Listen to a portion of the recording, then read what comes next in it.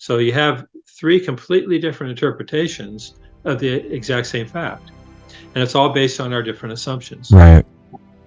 So that's the first step. And so when someone advocates a position or interpretation, you say, well, what is the fact and what are your assumptions? And then because there's so many gaps in history, we like to fill them in with our own inferences. And so that's the third step where we say, well, what inferences are we making to based on the fact and the assumption, now what inferences do we draw from that? And then we come up with a theory.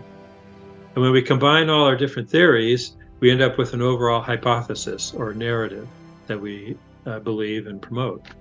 So that's a real simple way to tease apart people's different ideas. Can I ask one thing real quick? Sure. Yeah.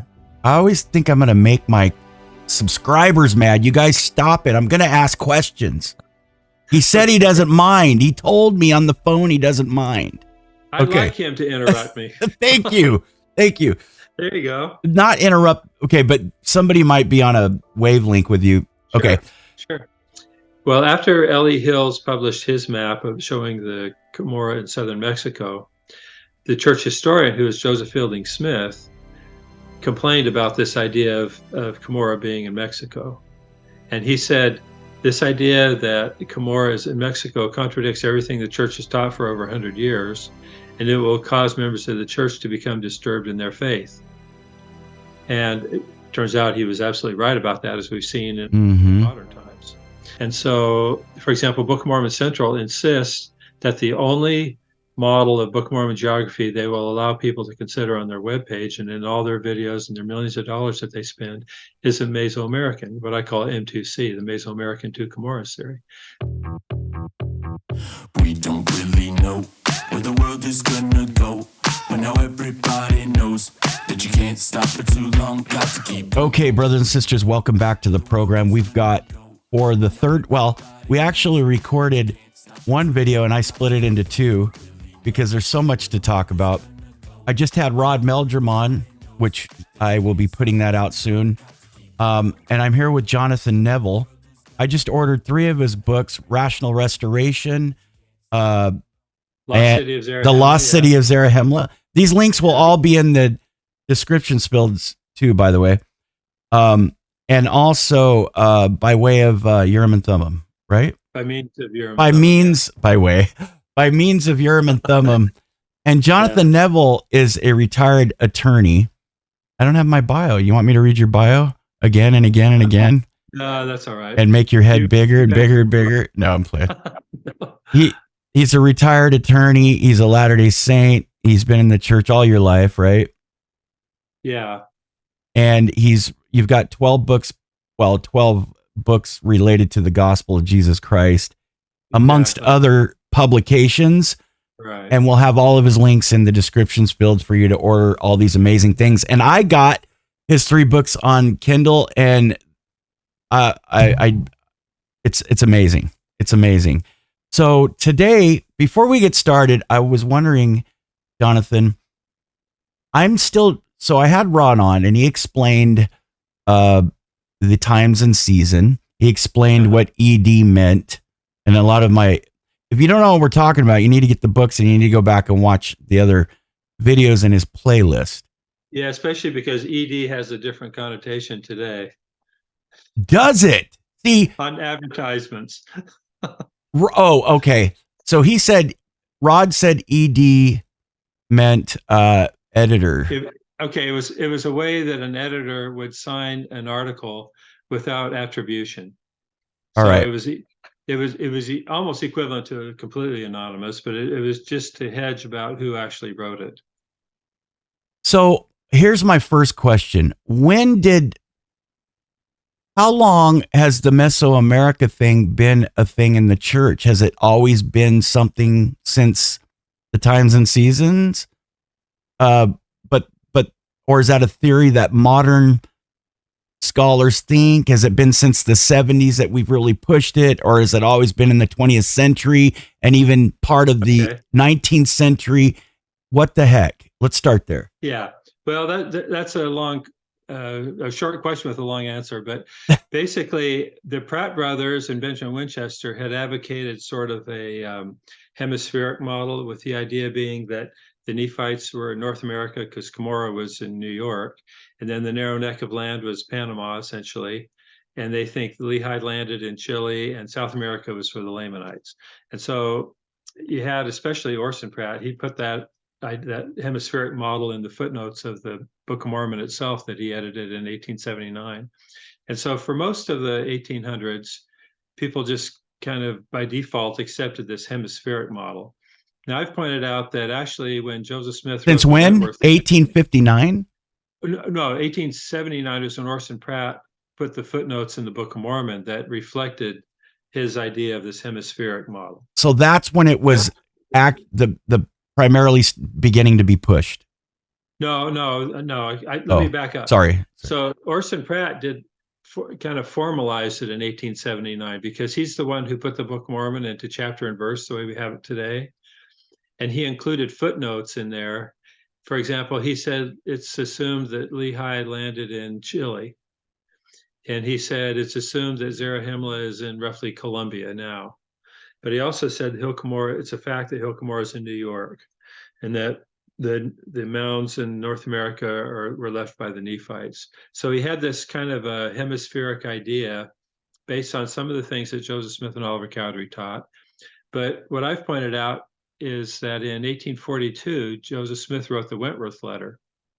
And in doing so, he adapted some of a pamphlet that Orson Pratt had written in 1840. Now, this might be complex, but I'll give you the link for an article I did on this so people can read it and understand it better, see the comparisons. But the bottom line is Joseph adapted Orson Pratt's pamphlet that he had written about the church. And Orson Pratt went on for 3 or 4 pages about how all the ruins in Central America were left by the Nephites and so on.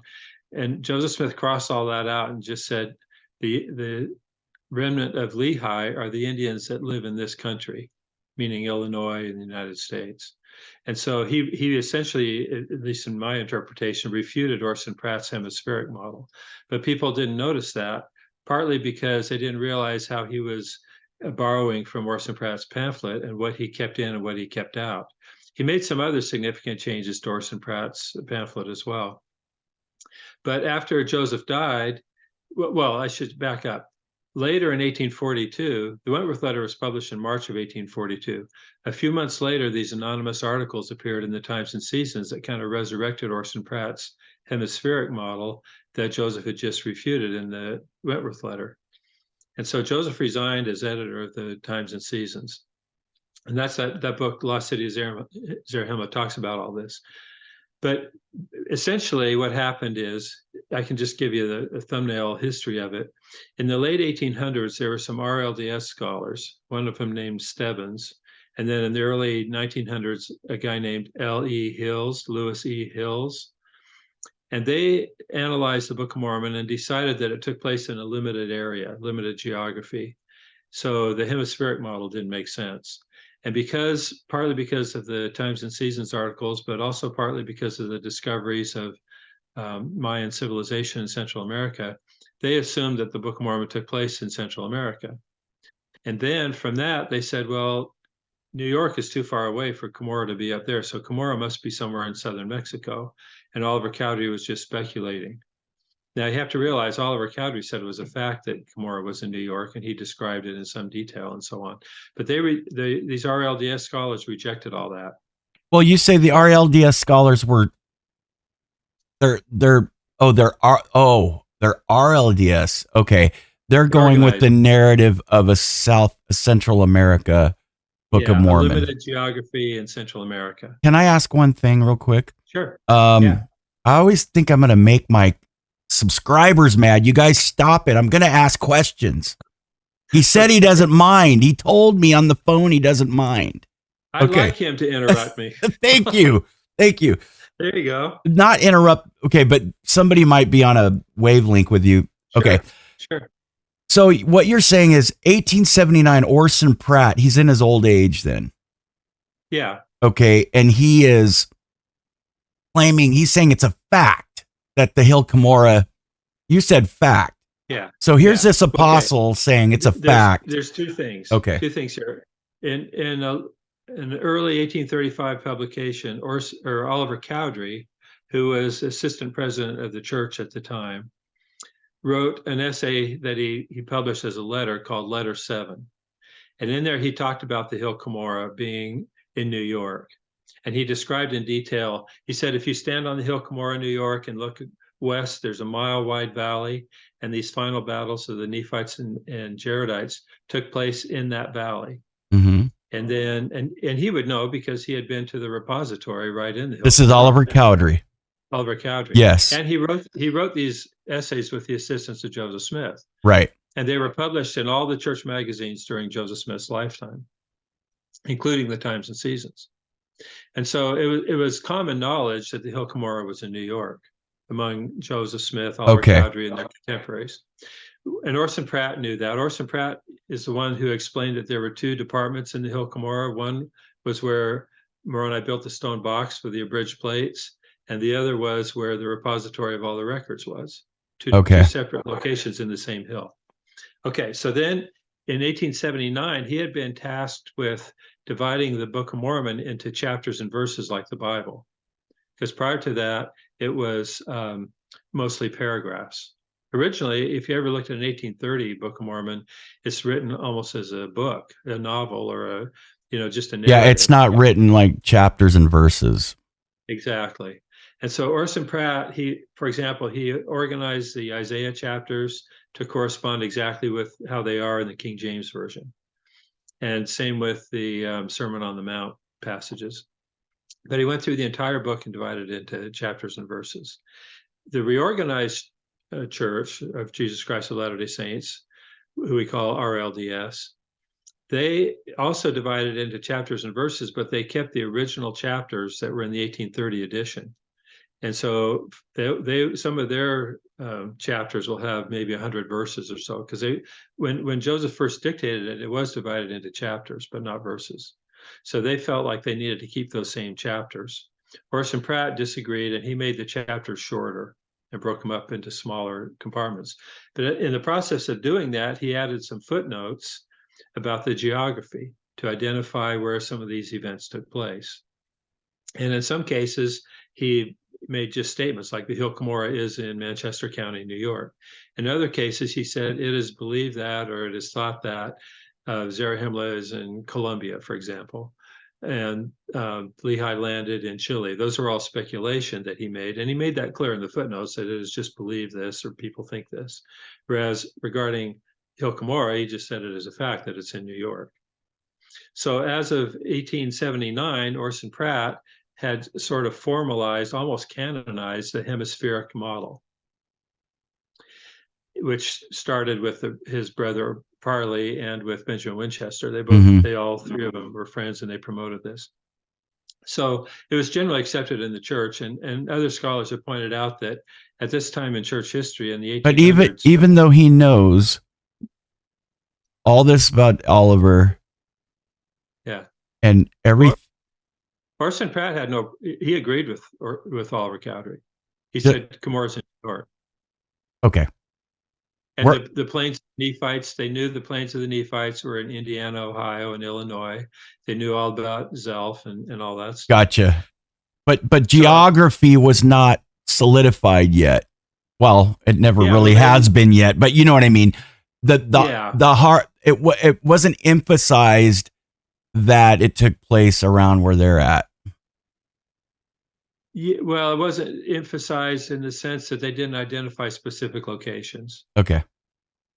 And so it was generally accepted that North America was for Nephites, South America was for Lamanites, and the narrow neck of land was Panama. That was just a easy peasy idea. Easy peasy. Yeah. And at the time they had maps and things, but scholars have pointed out that in the 1800s, Latter-day Saints were focused on survival, moving to Utah, settling, they weren't spending a lot of time studying the Book of Mormon. And that's why this guy Stebbins, who was from the reorganized church, was taking a look at it more closely and decided that the hemispheric model didn't make sense because the distances were just too far. You can't you can't go from South America to North America in a few days. So he came up with the idea that it had to be a more limited geography. And because of the articles in the Times and Seasons and other reasons, he assumed that the Nephites lived in Central America. And therefore, because of the distances involved, Cumorah, the real Cumorah, had to be somewhere in southern Mexico to fit his ideas. And that's where the two Cumorahs came about, basically. Exactly. Okay. Yeah. And so then he had a friend named Lewis E. Hills that I mentioned earlier, who took those ideas and developed them. And he actually published a map showing Book of Mormon locations in Central America. I think it was his first one was in 1917. And in this map, he showed Cumorah in southern Mexico, and he showed Zarahemla and, Bountiful, all land of Nephi, all that stuff right in Central America in a limited geography. And then it was shortly after that the Scriptures Committee of the church, James E. Talmage, decided they needed to remove all of Orson Pratt's geographical notes, including the Hill Cumorah, which is bizarre, but so they removed the skeptical ones as well as the well-founded ones. But he was very careful, I think, to distinguish between fact and theory. And that's why when you read the footnotes, and I can send you a link where I've analyzed all the footnotes so everybody can see them. Mm-hmm. I have an edition, one of the 1879 Book of Mormons, and you can read the footnotes right in there. And you can read them online. I can send you a link to that too, so sure. people can see it. Absolutely. But it's interesting because he was very careful to distinguish between what was known and what was just speculation. Well, after L.E. Hills published his map of showing the Cumorah in southern Mexico, the church historian, who is Joseph Fielding Smith, complained about this idea of Cumorah being in Mexico. And he said, this idea that Cumorah is in Mexico contradicts everything the church has taught for over 100 years, and it will cause members of the church to become disturbed in their faith. And it turns out he was absolutely right about that, as we've seen in modern times. And so that debate kind of stirred around in the church. There were people writing books about Cumorah being in New York in the 1950s even. And then somewhere in the 60s, 70s, the idea that maybe Cumorah really was in Mexico surfaced. And a guy named Sidney Sperry, who was a BYU professor, wrote an article that titled, Were There Two Cumorahs? And he revived this idea that the real Cumorah is in southern Mexico, and the one in New York was just a false tradition started by somebody, presumably Oliver Cowdery. Well, okay, so Joseph never says he goes to the Hill Cumorah to get the plates? Well, he never, as far as I remember, none of his writings talk about Cumorah as by name, except for D&C 12820. Okay. And D&C 12820 is very interesting because it says, glad tidings from Cumorah, the book to be revealed, right?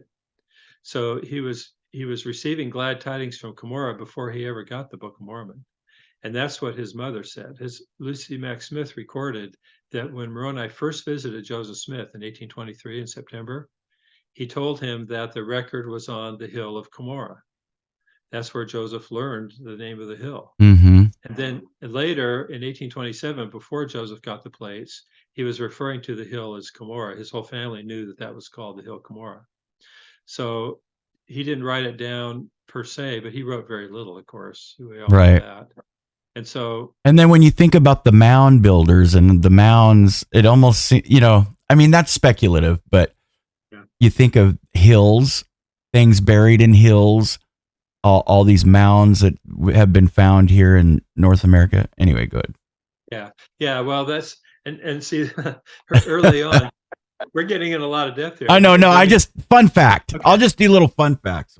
Okay. Well, early critics complained about or claimed that the Book of Mormon was just a restatement of the mound builder theory, which was the idea that there was an ancient civilization in North America of white people that the dark-skinned Indians, so to speak, destroyed. Yeah. There were several people who had articulated that theory. And there are also theories that they were Hebrews, that they were the lost tribes. And so some of the early critics of the Book of Mormon said, well, Joseph Smith just restated the mound builder theory. And there's or maybe he received the real story. Well, that's the thing. Maybe they're right. Maybe they're both right. Yeah. And somebody got the narrative a little bit off, that there were a people enslaved to another people and they were mound builders, and who knows, Rammy-umptums and things like that. Well, even the Book of Mormon talks about heaps of earth. And I did an article years ago that I could also give you a link to for the Mormon History Association, where I talked about the Mormons and the mounds, and how Joseph Smith even alluded to the mounds, presumably from something that was in the 116 pages when he was in Nauvoo. And that's a whole fascinating discussion. But the point is, in my view, Oliver Cowdery distinguished the Book of Mormon from the mound builder myth. Okay. And there's a historian named Dan Vogel who's now a critic. I know who he is. Yeah, so he wrote a whole book called The Indian Origins of the Book of Mormon, where he finds all these parallels, but he just omits the things that are different. Yeah. So, like he likes to build a lot of straw men too. Anyway. But he's also done some great historical research, finding documents and stuff that nobody else had found. So he's a nice guy, actually. He's a very nice guy if you talk to him. Yeah.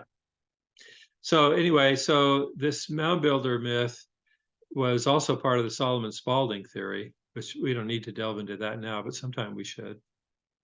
But anyway, the point is, so in the 1960s, 70s, people started reviving this idea that there was the real Hill Cumorah was in southern Mexico. And the scholar John Sorensen, he's well known, and he was a BYU professor. I had a class from him even. He's a great guy, awesome scholar. But he really developed this idea of two Cumorahs, that the Hill Cumorah had to be in southern Mexico. The one in New York was just, as he put it, a witless sci-fi concept or movie. And so it's funny because it's the tail wagging the dog, really, because they just assumed, based purely on an assumption, that the Book of Mormon took place in Central America. They developed an entire narrative around that says the prophets were wrong about Cumorah. Joseph and Oliver were ignorant. They were speculators. They learned about Book of Mormon geography from these books you mentioned earlier, from Stevens and Catherwood. Mm-hmm. And because of that, they figure they're smarter than the prophets. And so they've concluded that Cumorah has to be in southern Mexico. You're saying modern scholars are thinking that?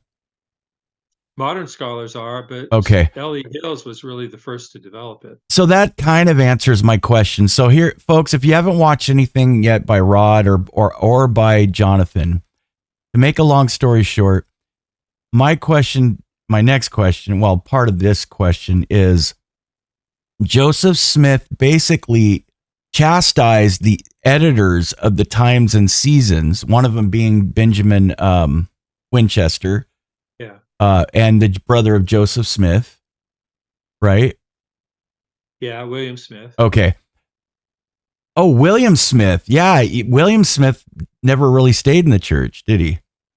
Yeah, that's a whole other thing. But anyway, and my question is, do these modern scholars know that Joseph did that he was like, I didn't sign any of this off. I wasn't the editor during the time these things were published in the Times and Seasons, or I wasn't editing. It was almost kind of not manufactured. It was almost kind of calculating of these guys to put ED, instead of Joseph Smith. But it was a common practice. So my question is, do the modern scholars today know that whole story? Yeah. And this is a good example of my faith model, because we're all looking at the same facts. Yeah, which we're going to segue right now, I guess, with that. Right. Okay, go. Okay, but I would say I don't know how many of them knew this before I wrote that book. I've talked to several church historians that had no idea about Benjamin Winchester's involvement with the Times and Seasons until they read my book. But so when did your knowledge? Where did this knowledge come from then? Has this been hidden somewhere? Or?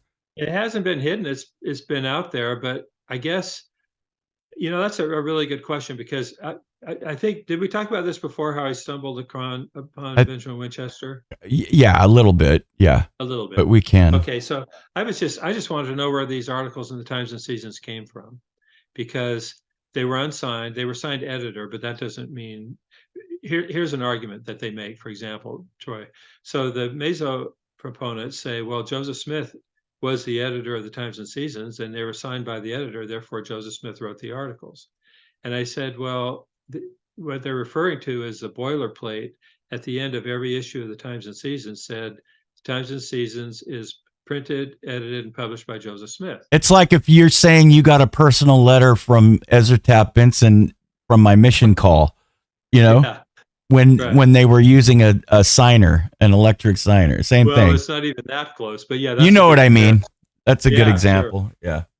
Well, so I pointed out, well, how many of you think Joseph Smith actually sat down there and printed the newspaper? He was setting type and running the printing press, and everybody says, well, no, he wasn't doing that. He didn't have time for that. And I said, well, how would he have time to edit it? And I even found a reference by Wolfwood Woodruff during this time period when these articles were being published. And in his journal, he wrote that Joseph hardly has time to even sign the documents we prepare for him. And here's one that he didn't even sign. So the likelihood that Joseph edited, wrote, or even saw these articles before they were published is de minimal.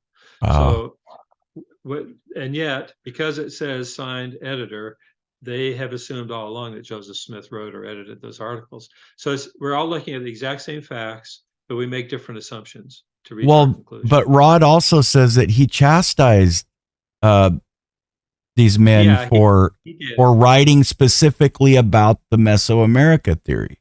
Well, no. I don't okay. Maybe I read that wrong. Benjamin Winchester was famous for getting in trouble. Oh, just in general. Okay, so we don't know why Joseph was angry with them. Well, we do on some specific things. For example, the Quorum of the 12 fired Benjamin Winchester from working on the Times and Seasons and sent him back to Philadelphia. And this was before these articles came out. Okay. And so what I surmised, based on the evidence, was that William Smith was the acting editor, and he and Benjamin Winchester collaborated on articles both during the Nauvoo period as well as subsequently when William Smith was editing a newspaper in New York. And this is a lot of detail, but it's in the book. And so I figured, well, it looks like Winchester was sending articles out to Nauvoo for William Smith to publish. And that's where the origin of these articles, in my view, my interpretation of the evidence is that. And it's based on several things. One is, as I mentioned earlier, the Wentworth letter, where Joseph refuted Orson Pratt's hemispheric ideas. Two, where Joseph Smith referred to the Hill Cumorah before he even got the Book of Mormon in D&C 12820. And three, when Joseph and Oliver made it clear that it was a fact that the Hill Cumorah was in New York. So based on, and besides Joseph identifying Indiana, Ohio, and Illinois as the plains of the Nephites, I mean, that's pretty obvious there. So when you take all those things into account, that doesn't mean Joseph Smith was identifying every location of Book of Mormon events. Right. And it also doesn't mean that the Lamanites didn't migrate southward and develop cities and merge with Mayans and all that stuff post Book of Mormon time period. So for people to say, well, the prophets have said that people in Central America are Lamanites, that's perfectly plausible and consistent with what we're saying, but it occurred during post-Book of Mormon times. It wasn't the narrative of the Book of Mormon that took place down in Central America. So you believe these people migrated southward? Yeah, people from the south came north, people from the north went south. I mean, we can see that in the DNA lineage and so on. Right, because they are blossoming as a rose, I guess you could say, right, down there in Central America, but that doesn't mean that that's where it took place. Yeah, and I would say people in Africa and the Philippines are blossoming more. And Europe and wherever, right? Philippines, the whole world anyway. Hawaii, the Philippines, yeah. Well, and the other attribute of this that Rod may have mentioned is that where does the Doctrine and Covenants say the Lamanites are? New York, Ohio, Missouri. Right here. Which is where the missionaries went. Oliver Cowdery and Orson Pratt and the others or Parley Pratt, were sent to the Lamanites in those areas. And their bloodlines, their DNA is distinct from that in Central America because of the X2 haplotype. And I don't want to get into the DNA. No, I know. Topic, but the point is that the Lamanites that the Doctrine and Covenants identifies have a different ancestry than the ones in Central and South America. That's not to say that people in Central and South America don't have Lehigh descent somewhere in their ancestry, but it doesn't mean, it also means that the ones Joseph identified as being the descendants of Lehi are the ones living in basically the heartland. Absolutely. So let's segue, because we talked before we got on that we would also get into the what do you call it? Oh, the faith model. The faith model, yes. What do you call it? Okay. I'm such a horrible scholar. I'm not a scholar, and I know some church history, but not all. I'm always afraid to ask something like, is that common knowledge? Am I going to look stupid here asking that? Yeah. That's funny because there's some inside baseball going on where, I'll refer to things assuming everybody knows about it. Nobody's even heard of Benjamin Winchester. Right. As long as I don't say something like, so when Heber J. Grant brought the Saints to Utah. Yeah. Okay. Okay. All right. The truth table. No, it's not called the truth table. What's it called? Well, I did make a table out of it, but the faith model. Yes, there's a table. That's why I said that. I'm joking. Okay. Well, so we talk about in this book the rational restoration that I'm holding up here, and it's in chapter 5 where I spell it out. And I've talked about it before, but in here I talk about it a little more in detail because I think it's only $10 on Kindle, by the way, folks. $10. It's a good deal, right. And this is gold right here, brothers. This is gold. Anyway, go ahead. Well, let me just introduce the book a little bit because I've done so many different books, as you mentioned, 12, I think, something like that, that people always ask me, well, which one should I read first? And so my publisher said, what you really ought to do is summarize all your books in one book. And give overviews of all the topics. And then if people want more, they can delve into it in the other books. So that's the idea of this rational restoration. And the subtitle says, Reframes in the Pursuit of Clarity, Charity, and Understanding. And by reframe, it's another way to look at evidence or facts. And we'll talk later about clarity, charity, and understanding, why I chose those 3 words. But for now, the faith model is very simple. It's an easy acronym to remember. It's facts, assumptions, inferences, theories, and then hypothesis. And let me explain how I come up with those. So a fact is something that everybody can agree on, which might sound not possible, right? Because everybody disagrees about everything so much. But a fact is something that's incontrovertible. And the example I give in the book is in Lucy Mack Smith history, we have the handwritten recording of her dictation right in the Joseph Smith papers. And everybody in the world can look at that and see for themselves that according to Lucy, Moroni told Joseph Smith that the record was in the hill of Cumorah and that he had to go there and clear off the moss to get it. So that's a fact that she said that. And Dan Vogel, Kirk Magleby, anybody involved with these topics agrees that is a fact that she said that. Mm-hmm. Okay.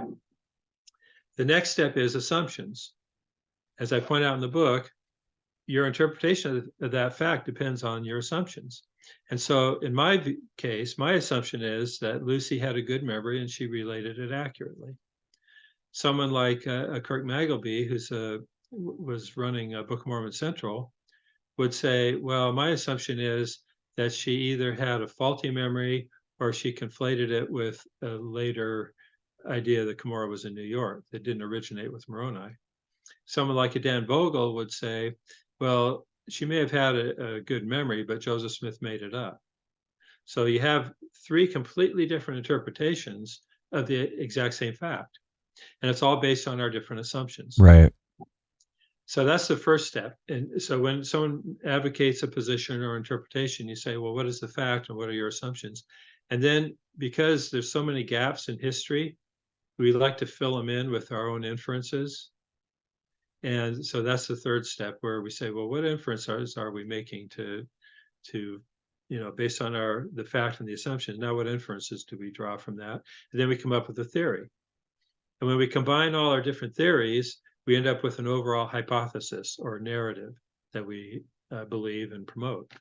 So that's a real simple way to tease apart people's different ideas. Interesting. Let me let my cat in. Hold on. She's meowing. Sure. Real quick. We like cats. Hold on.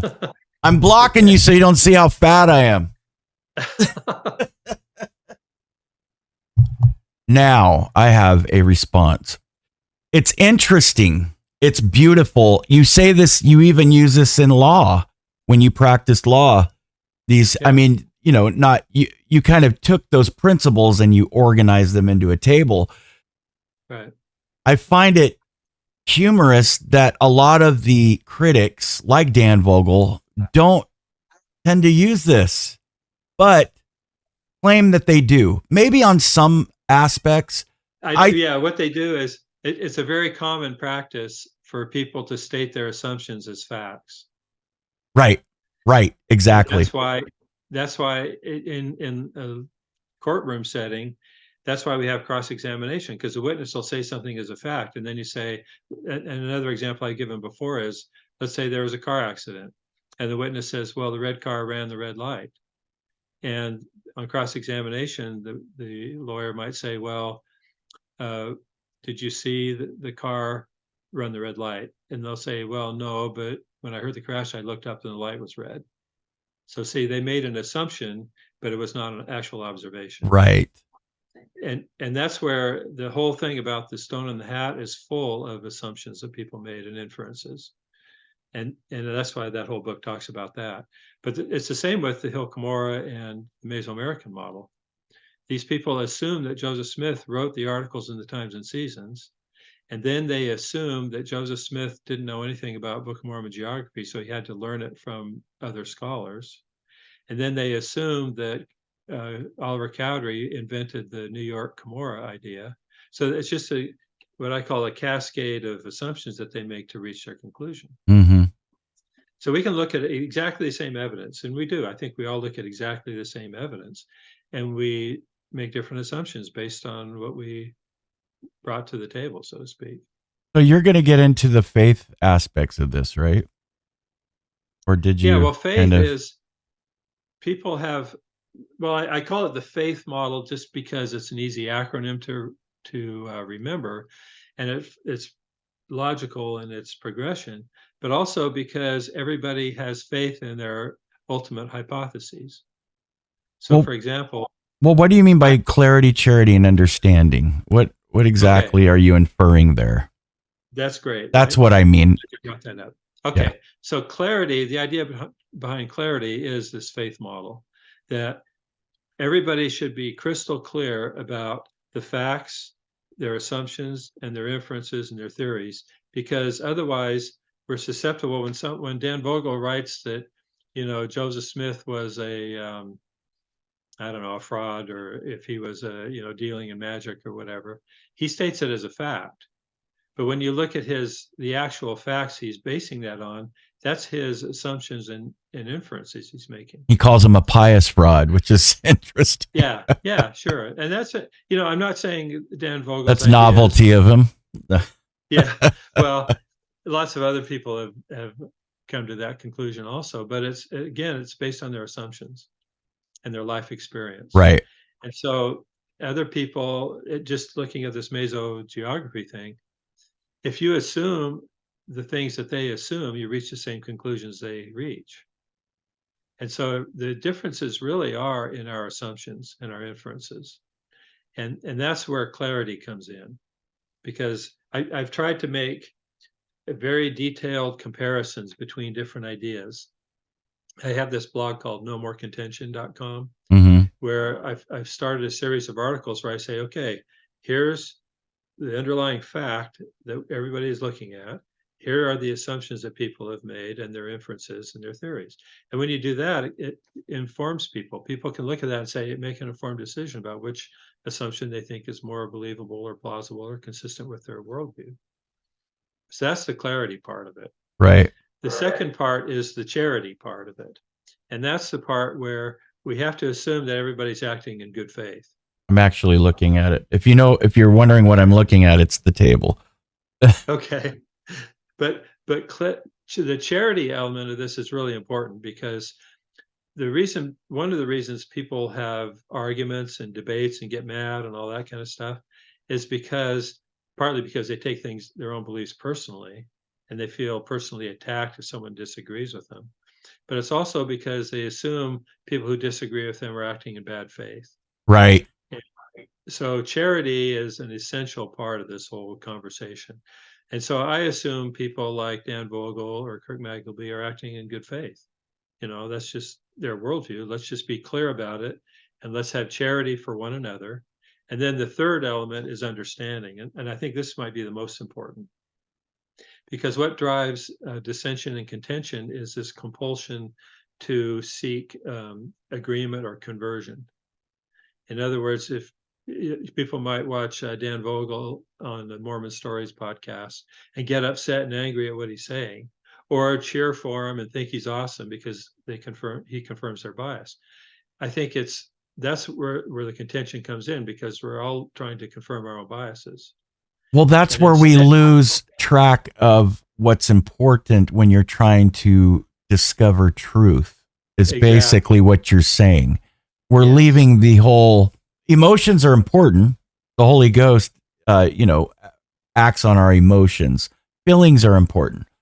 But when feelings get muddled, or what you're saying is that when they supersede what the abilities to find truth, like your faith model, it's not going to work effectively. Is that what you're saying? Yeah. It's the difference between wanting to be right and to find what's right.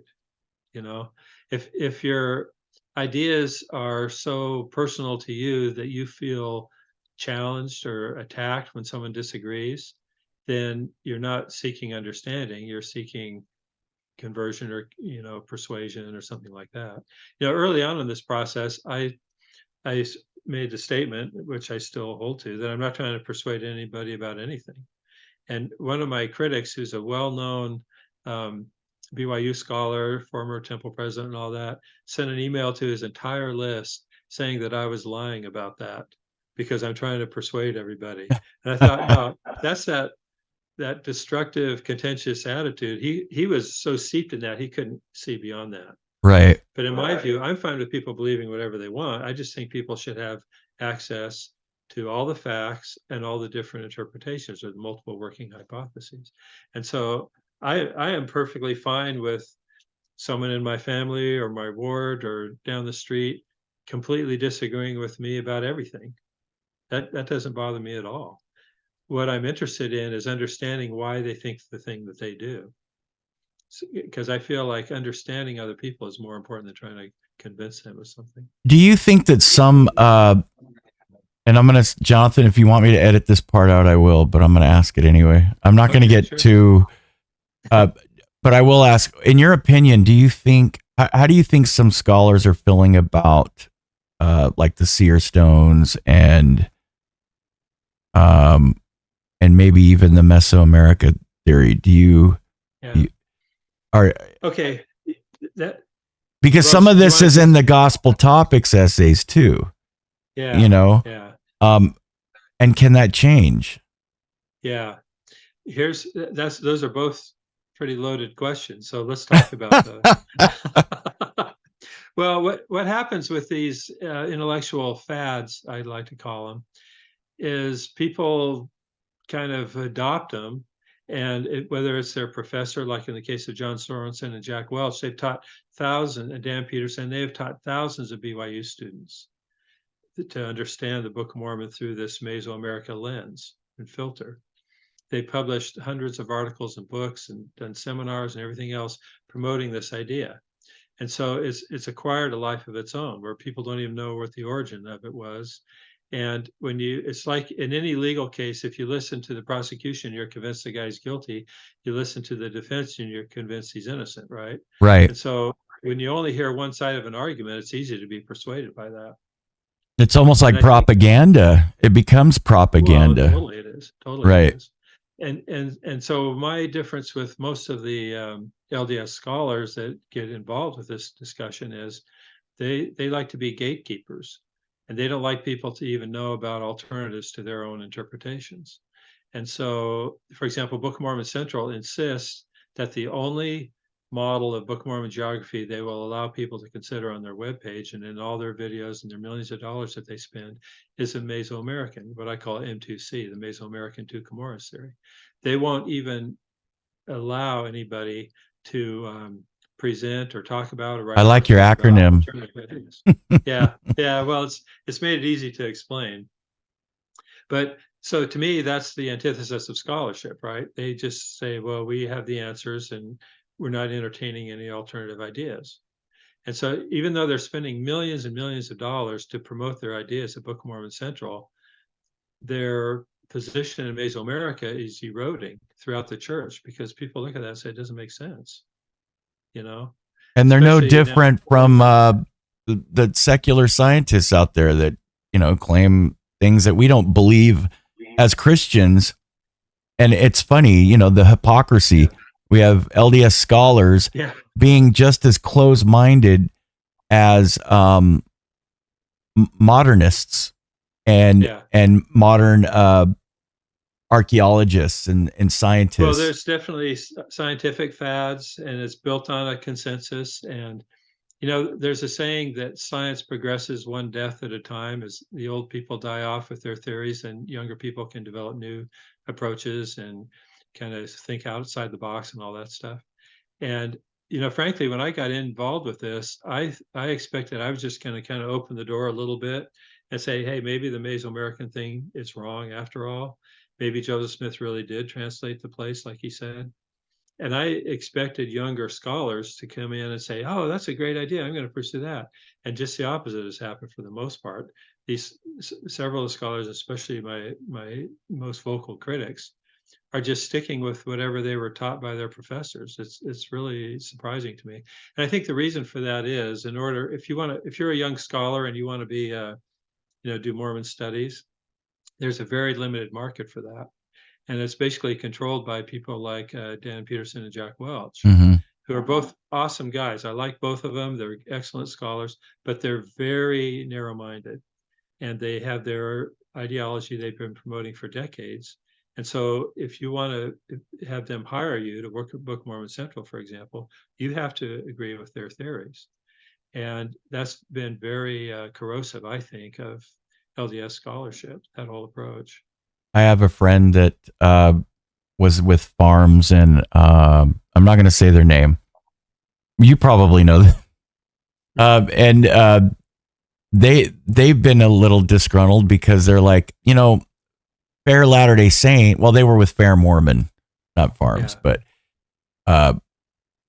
their problem was, I have a narrative, but because it didn't fit in with theirs, when Fair Latter-day Saint is supposed to be so open-minded and allow all these different ideas, but not these different ideas, because these different ideas are not as popular as these different ideas or whatever, or it doesn't fit into our clique, Well, it's groupthink is a summary for it. Right. Let me ask you this. How do you feel about secondhand sources, third-hand sources? Do you feel that some of the Mesoamerica people and even the Searstone people stick with secondhand sources or third-hand sources? Okay, well, and how do you differ there? Go ahead. Yeah. Well, primary sources are always, I think all historians as well as lawyers think primary sources are the most valuable. And so if you have a person who says, I saw this happen, then that's a primary source because it's an eyewitness. If you have someone say, I heard this happened, or someone told me this happened, then that's a secondary source because hearsay, and it's not even admissible in court for Right. certain exceptions. So, but there's a problem that I've seen with historians that perplexes me still, because they will take even primary sources right on their face. And there's an element of subjectivity in every eyewitness. That's why, when I practiced law, we'd have multiple witnesses of the same event, and they all had different versions of what happened, right? So Mm-hmm. even though they are primary witnesses, they had different versions because psychologically we interpret the world in different ways. Is more subjective than objective. Right. And so even primary sources you have to consider carefully. And that's why I look for indicia of credibility in a primary source. And getting back to the simple example of Lucy Mack Smith's history, when she talked about Moroni calling the hill Cumorah when he first met Joseph Smith, one of the details that she mentioned in there was that he had to brush off the moss and the grass from the rock. To me, that's an indicia of reliability, because that's the kind of a detail that someone wouldn't make up or come up with later, but it's the kind of thing that Moroni would tell Joseph Smith. Unless they were an avid storyteller, and she was not a storyteller, right? Yeah, well, that's true, because you know what I mean. If somebody was just a conjurer up of if they're a yarn spinner, she doesn't. And that's what a Dan Vogel might say. Well, she was just making it up. Right. But for me, when I look at that, as that was a detail she didn't have to include. She wasn't including it to become more authentic or anything. It was just what she remembered Joseph told her. Right. And it's very interesting, because a lot of artists who have depicted Joseph uncovering the stone have this like big boulder on there, because they didn't know Lucy Mack Smith reported that Moroni said first he had to remove the moss and the grass, so it was a flat stone. And that's a detail I don't know of anyone else reporting. That is neat. That is so neat. And there's one other one I'll mention. That's another indicia of credibility, and that was David Whitmer. When he met the messenger on the way to Fayette, who had the plates and was taking him to Cumorah, he made the comment that he remembered it because it was the first time he ever heard the word Cumorah. And that, to me, is an indicia of reliability and credibility, because it's a definitive instant in time in his life where he remembers the first time he ever heard the word Cumorah, which, of course, he heard many times after that. But the first time he heard it was from this messenger who was taking the plates to Cumorah. And so I give that a lot of credibility. Absolutely. But, yeah. So, and in my books, I've talked a lot about the nature of evidence and witness testimony and all that stuff. Anyway, go ahead and talk about, let me just say this real quick to my audience. Yeah. Why don't you guys get these 3 books that we're talking about? The Rational Restoration, The Lost City of Zarahemla, and by means of not by way of Urim and Thummim, by means of Urim and Thummim. Okay. Yeah. I'm still reading them, but you got to understand, Jonathan's going to be with us for a long time. Okay. Maybe for years. He'll just be a contributor to the channel, I'm hoping, because I've been so excited about this. Both of these topics, and I found somebody that is respectable, he's credible, and he's known amongst people in the church, okay? And I'm not trying to build his head up, because he's not that kind of person. But anyway, I just want you guys to say, get the books. You can get them on Kindle if you don't want to get hardback or paperback. And follow along with us so that you guys are on the same page, because and I would say if you want to only get one, start with the Rational Restoration, because that's the one that is an overview of all these topics and many more. I mean, I have a section in here on apologetics and critics, on living life, on mortality. It's not just on church history, but it's on a lot of other topics. Exactly. Hold on just a second. Somebody was knocking on the door. Hold on. If people want to read just one book, get the Rational Restoration, because it's an introduction to all these different topics. It ranges from creating a Zion society, economics, how to be healthier, what mortality is like, all the issues of church history, issues of critics of the Restoration as well as apologists, and why they do what they do, how to understand scriptures, how to understand church organization and structure. But a lot of it is about Book of Mormon and church history issues as well. So there's a lot in there. I'm excited. I haven't even, I barely scratched the surface, and amazing. Thank you for being here, Jonathan. Well, thanks for having me on. I appreciate it. I like these conversations. And we'll do some more long-winded stuff. Today I'm just so bogged down. I've got to edit 3 different videos.